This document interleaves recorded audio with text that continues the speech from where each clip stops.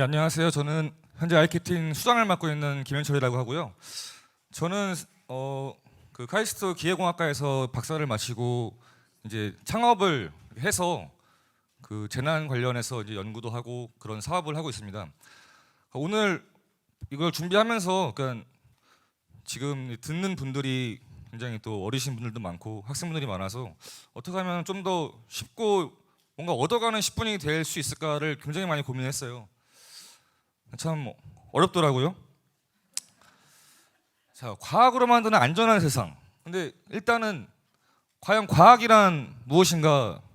저 역시 박사지만 글쎄 누가 나한테 과학이 뭐냐 물어보면 나는 뭐라고 말해야 될까라는 생각이 들더라고요. 그 아까 전에 체험 많이 한다는 학생은 과학이 뭐라 생각하십니까?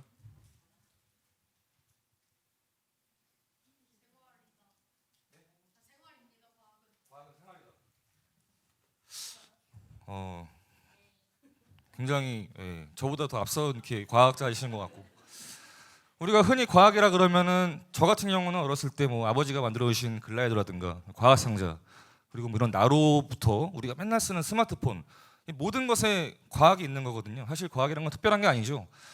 근데 과학이 뭔가를 찾아보니까 뭐 체계적인 지식, 자연과학, 뭐 과학적 사고 너무나 재미없고 딱 보면 잠이 오는 얘기밖에 없어요.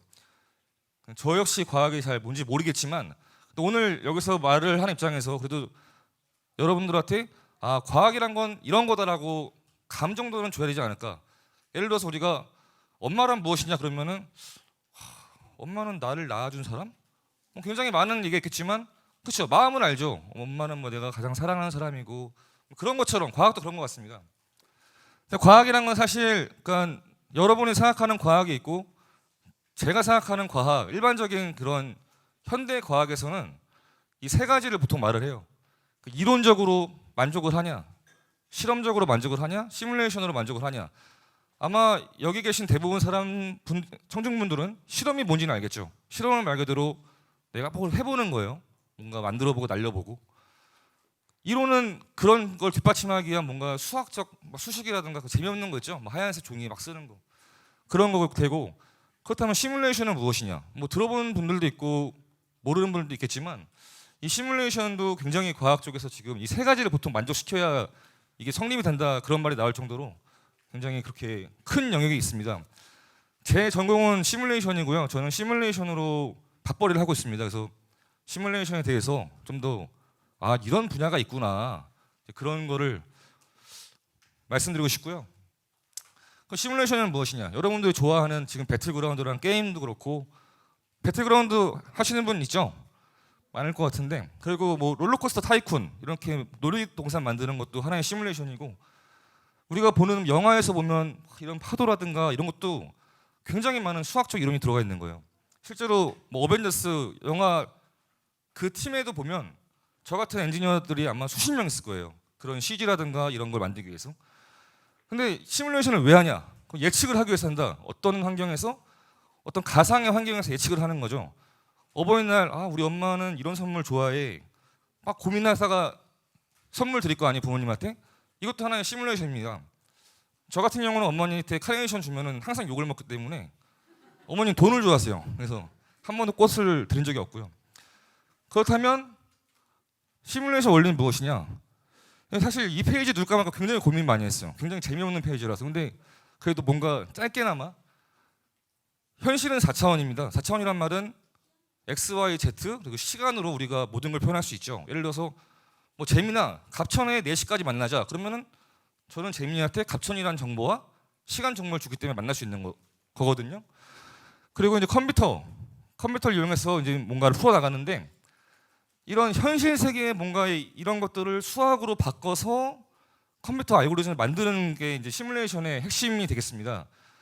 쉽게 말해서 우리가 오리를 딱 보면은 그냥 잔잔하게 떠 있지만 그 아래는 굉장히 발을 많이 움직이잖아요. 우리가 보는 영화라든가 게임 같은 경우는 굉장히 멋있고 재밌지만 그 내부를 보면은 이렇게 알 수 없는 언어들로 이루어져 있는 거죠. 이게 시뮬레이션이라는 것이고 여러분들은 이런 걸 알 필요 없이 아 이런 일을 하는 사람도 있고 이런 분야도 있구나 이렇게 그 정도까지만 가져가도 참 뿌듯할 것 같아요. 그러면 재난안전에서 시뮬레이션이 무엇이냐? 실제로 만약 이 건물에 불이 났어요. 그러면은 과연 우리가 대피하는데 몇 분이 걸리고 몇 명의 사람이 어떻게 될 것이냐? 이걸 우리가 실험으로 알 수 있습니까? 못하죠. 여기다 불을 질러서 막 그 위험한 걸 어떻게 해요? 그래서 보통 시뮬레이션을 통해서 그런 위험 상황을 예측을 합니다. 과연 안전한가? 안전하지 않으면 어떻게 해야 되는 건가? 그런 거를 이제 전반적으로 풀어 나가는 게 재난안전에서 시뮬 역할이고요. 아이고.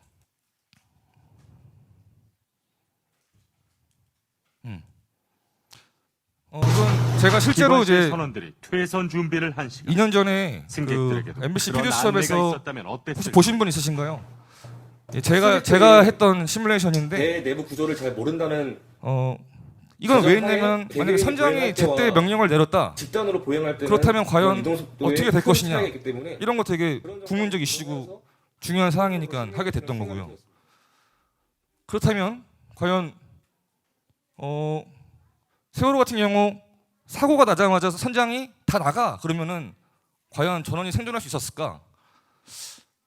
물론 세월호 사망자가 304명인데 180명 정도로 사망자가 죽긴 하지만 바로 나가라 해도 대부분 사람들이 안에 고립이 돼 버립니다. 그래서 이런 거를 판단해서 이 배는 뭔가 되게 불안전한 배다. 사고에 대처할 수가 없다. 뭔가 대책을 마련해야 된다. 이런 거를 이제 우리가 할 수 있는 거죠.